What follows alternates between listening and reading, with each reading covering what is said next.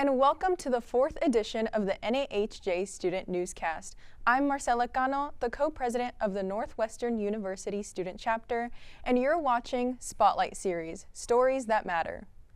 The federal authorities in California have launched Operation Guardian Angel to challenge sanctuary state policies that prevent local authorities from cooperating with federal immigration enforcement.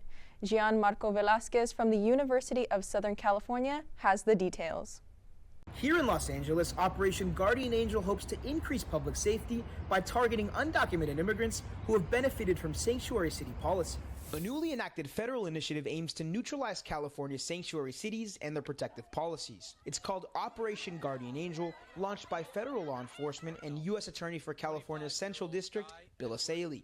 As soon as someone is booked into county jail, we're able to access their fingerprint. It intends to protect community members from undocumented immigrants with criminal records currently in county jails. The operation, which began May 10, 2025, specifically focuses on the Central District of California, home to an estimated 1.5 million undocumented immigrants. Among the covered areas are Los Angeles, Orange, Riverside, San Bernardino, San Luis Obispo, Santa Barbara, and Ventura counties. A statement from the U.S. Attorney's Office mentions the operation allows federal authorities to file complaints and issue arrest warrants, enabling them to transfer undocumented criminals from local to federal custody. In California, so-called sanctuary laws are designed to limit local law enforcement's cooperation with federal immigration authorities, effectively protecting undocumented immigrants, including those with criminal records. Operation Guardian Angel seeks to bypass these safeguards through the implementation of federal arrest warrants, which local law enforcement must comply with. The initiative's goal is to prioritize public safety and ensure criminal undocumented immigrants face federal prosecution and are not protected by California's sanctuary policies. The federal authorities assert that Guardian Angel is just the beginning of a broader offensive to strengthen cooperation between local prisons and federal agencies. Meanwhile, the Trump administration has taken action against Harvard University. The Department of Homeland Security has terminated its Student and Exchange Visitor Program certification.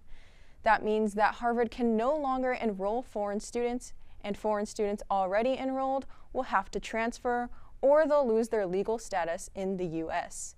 The action comes after the university refused to adhere to a set of demands from President Trump's anti-Semitism task force.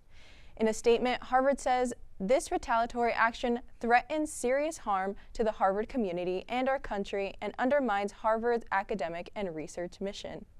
DHS is calling this a warning to all schools. Elsewhere in Congress, President Trump's One Big Beautiful Bill, passed by the House of Representatives on May 22nd, is a legislative initiative aimed at establishing tax cuts, child tax credits, reduction of social programs, increased spending on border security, and economic incentives. This multi-billion-dollar measure is now in the Senate, where tense negotiations between Republicans and Democrats await. This is because, according to the nonpartisan Congressional Budget Office, the bill is estimated to add $2.3 trillion to the federal deficit over 10 years. The Senate is forging ahead, facing a tight, self-imposed deadline to get the legislation to President Trump's desk ahead of the July 4th holiday.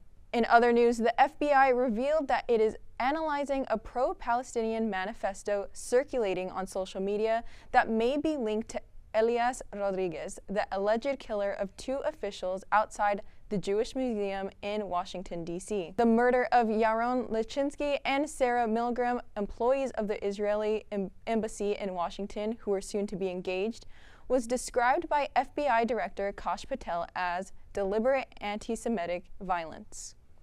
The victims were attacked while leaving an event at the Capitol Jewish Museum, which had been promoted as a night for young Jewish professionals to foster unity and celebrate Jewish heritage. Elias Rodriguez, the U.S. citizen who shouted "Free Palestine," was arrested as a suspect in the crime. And a man was detained at John F. Kennedy Airport in New York after allegedly attempting to firebomb the U.S. Embassy in Tel Aviv, according to the Department of Justice. The man, identified as 20-year-old Joseph Neumayer with dual U.S. and German citizenship, was previously detained in Israel on May 19th after a hostile encounter with a security guard in front of the U.S. Embassy. According to authorities, they confiscated 3 improvised incendiary devices found in his backpack. On social media, Neumayer posted, quote, "Join me to burn the embassy in Tel Aviv. Death to the United States, death to Americans," end quote, and threatened to assassinate President Donald Trump. We're taking a short break, but we'll be back with more stories in this 4th edition of the NAHJ Student Newscast Spotlight Series, Stories That Matter. Welcome back to the 4th edition of the NAHJ Student Newscast Spotlight